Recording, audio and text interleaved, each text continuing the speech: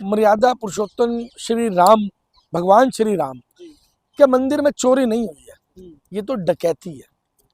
और जिस तरीके से ये डकैती हो रही है, लगातार डकैती हो रही है, पहले दिन से, जिस दिन राम मंदिर बना उस दिन से भगवान श्री राम मंदिर की जमीन के घोटाले से लेकर के कहानी शुरू हुई थी। और ये घोटाले हो क्यों रहे हैं?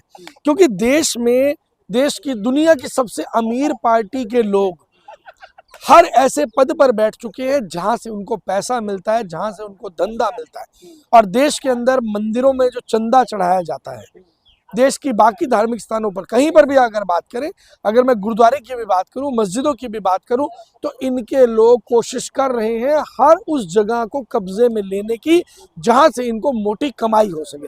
धर्म से इनका कोई लेना देना नहीं है। नाम बदनाम कर रही है विपक्षी लोग, इन्हीं के लोग घोटाले करते हैं, इन्हीं के लोग घपला करते हैं और भाजपा को बदनाम करते हैं। देखिए, राम का नाम तो बदनाम नहीं हो सकता, यहाँ तो मैं आपकी बात से एग्री नहीं करूँ। चिढ़ते हैं राम के नाम।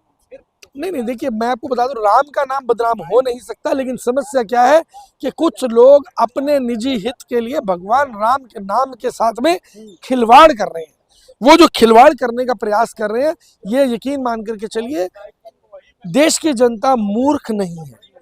देश की जनता को मूर्ख समझना बंद करना होगा। देश की जनता सब चीजें देख रही है। वो आपकी जमीन के घोटाले, अयोध्या में पिछला चुनाव 2019 का 24 का चुनाव भारतीय जनता पार्टी क्यों हार गई थी, ये सबसे महत्वपूर्ण कारण है, क्योंकि देश की जनता देख रही है।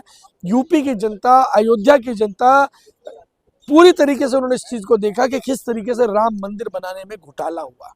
कह रही है नाम बदनाम करते हैं, या अगर कोई अच्छी नीति लाते हैं तो उसको बदनाम करते हैं, उसकी वजह से जनता बहक जाती है। नहीं, देखिए, अच्छी नीति क्या, चंदा चोरी करना अच्छी नीति है? वो तो मान ही नहीं रही कि चंदा चोरी हुआ। तो भाई चंदा चोरी है तो मानेंगे ही नहीं। ये तो ये भी नहीं मानेंगे कि गुजरात के दंगों के अंदर जो दंगे हुए थे उसके अंदर आरएसएस इन्वॉल्व थी।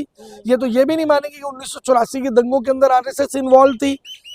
कांग्रेस, ठीक है, मैं कांग्रेस का समर्थक नहीं हूं, लेकिन कांग्रेस इन्वॉल्व थी, लेकिन उसको पूरी तरीके से उकसाने के अंदर, उसको पूरी तरीके से लोगों के गले में टायर डाल कर जलाने में, उन लोगों की हत्याएं करने के अंदर, उस नरसंहार को करने के अंदर आरएसएस की एक महत्वपूर्ण भूमिका रही है।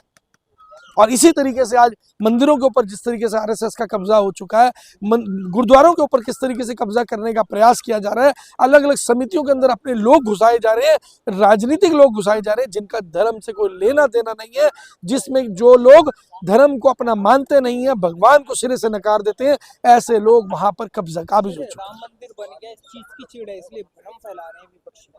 भाई कौन, अखिलेश यादव, भाई एक बात बताओ ना, आप मुझे एक बात बताओ, अखिलेश यादव के कहने को क्यों मान रहे हो? लेकिन अगर घोटाला हो रहा है, जमीन पे घोटाला हुआ, पैसे में घोटाला हुआ, पूरे देश के एयरपोर्ट बिक गए, वो भी सबके सामने है, रेलवे बिक गई, एयरपोर्ट बिक गए, संपत्तियां बिक गई, बिहार में 1 रुपए एकड़ पे जमीन का घोटाला हो गया, सारे घोटाले ही तो हैं। तो पहले से ही ना अखिलेश यादव को प्रॉब्लम थी, दलितों को प्रॉब्लम थी राम मंदिर बनने से। देखिए मैडम, ऐसा होता है कि ना देश में एक नैरेटिव बनाया जाता है, हमेशा एक नैरेटिव बनाने की कोशिश की जाती है।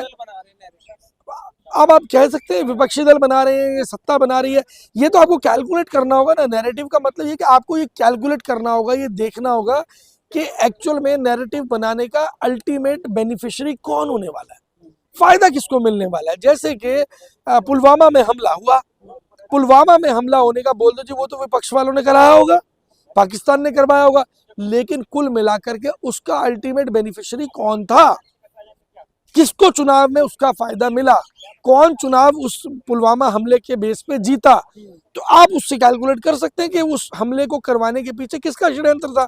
जहां पर सुधीर चौधरी जैसा एक पत्रकार ये कहता है कि 100 किलो आरडीएक्स था।